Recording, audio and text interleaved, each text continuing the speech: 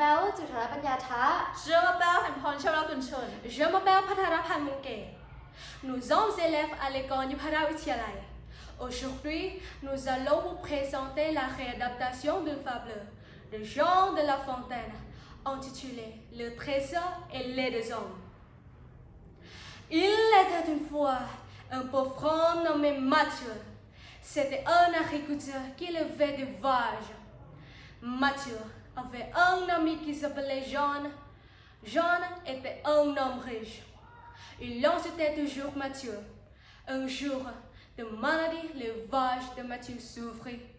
Devant les oreilles, mais n'ayant ni le sourd, ni autre possibilité, il dut donc se résoudre à faire le monde près de son ami Jean. Jean! Jean! Mathieu, que t'arrive-t-il? Mes vaches sont tombées malades. Et en quoi cela me gazantine?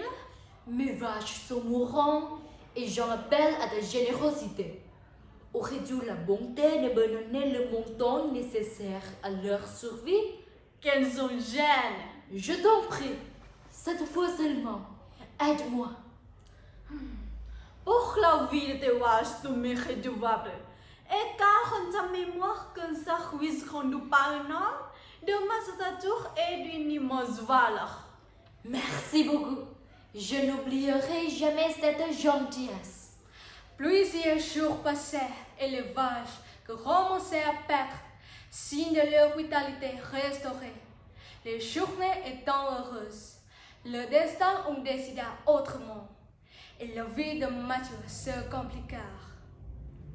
Tard dans la nuit, ces complications commencèrent par le vent des élevages, puis la grange et ses gens furent incendiés.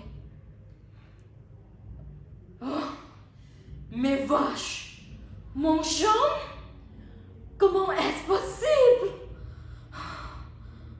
Les jours suivants, le récit des messagers de Mathieu vint trouver refuge auprès de l'oreille de Jean.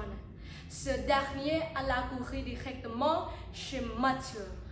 Mathieu, de tes vaches dérobées et de ton genre et de un genre, je veux dire, cette équité de fondée.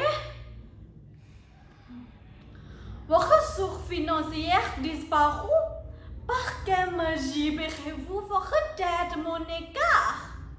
Je suis sincèrement désolée. Je trouverai une manière de te rendre ton argent. Je t'en fais la promesse. Prétine, et de quelle manière vous y prendrez-vous? Vos vaches sont disparues et vos terres ne sont plus que des ordres. La vie m'a peut-être retiré mes vaches et mon champ. Mais elle m'a laissé du temps et je m'en servirai pour trouver un moyen de travailler. Ton argent te sera rendu.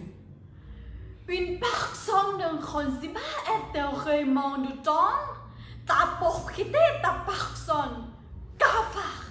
Une fois Jean parti, Mathieu, plein de tristesse, s'assied.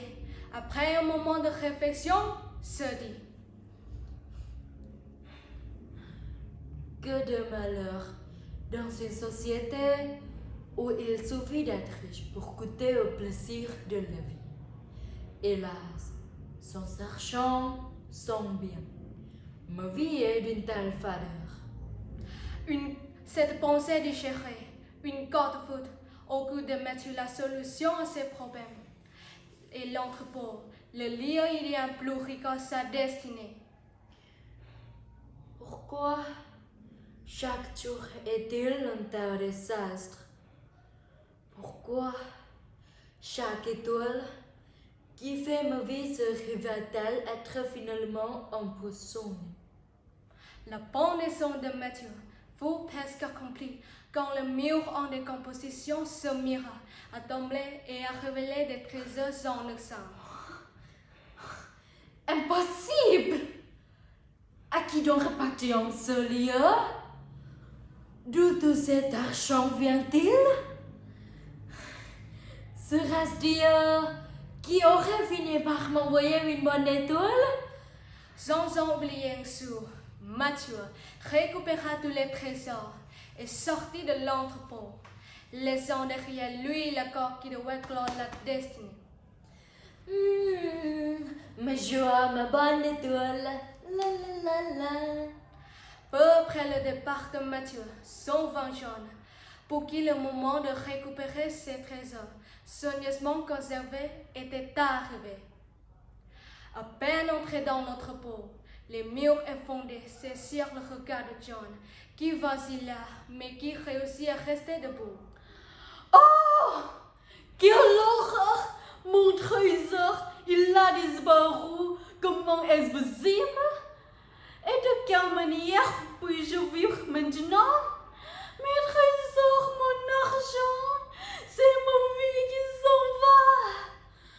Comme par un signe, le regard de John se posa sur la corde qui devait clore la destinée de Mathieu, avant que ce dernier ne s'utilise le trésor de John.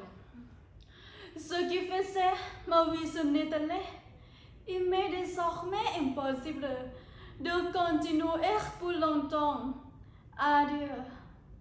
Moralité, toutes et tous nous possédons une chose spéciale qui nous a été donnée à la naissance. Cette chose est le temps. Le temps est un trésor qui peut nous enrichir comme nous appauvrir. Cela dépend juste de la manière dont nous choisissons d'en faire l'usage. Merci.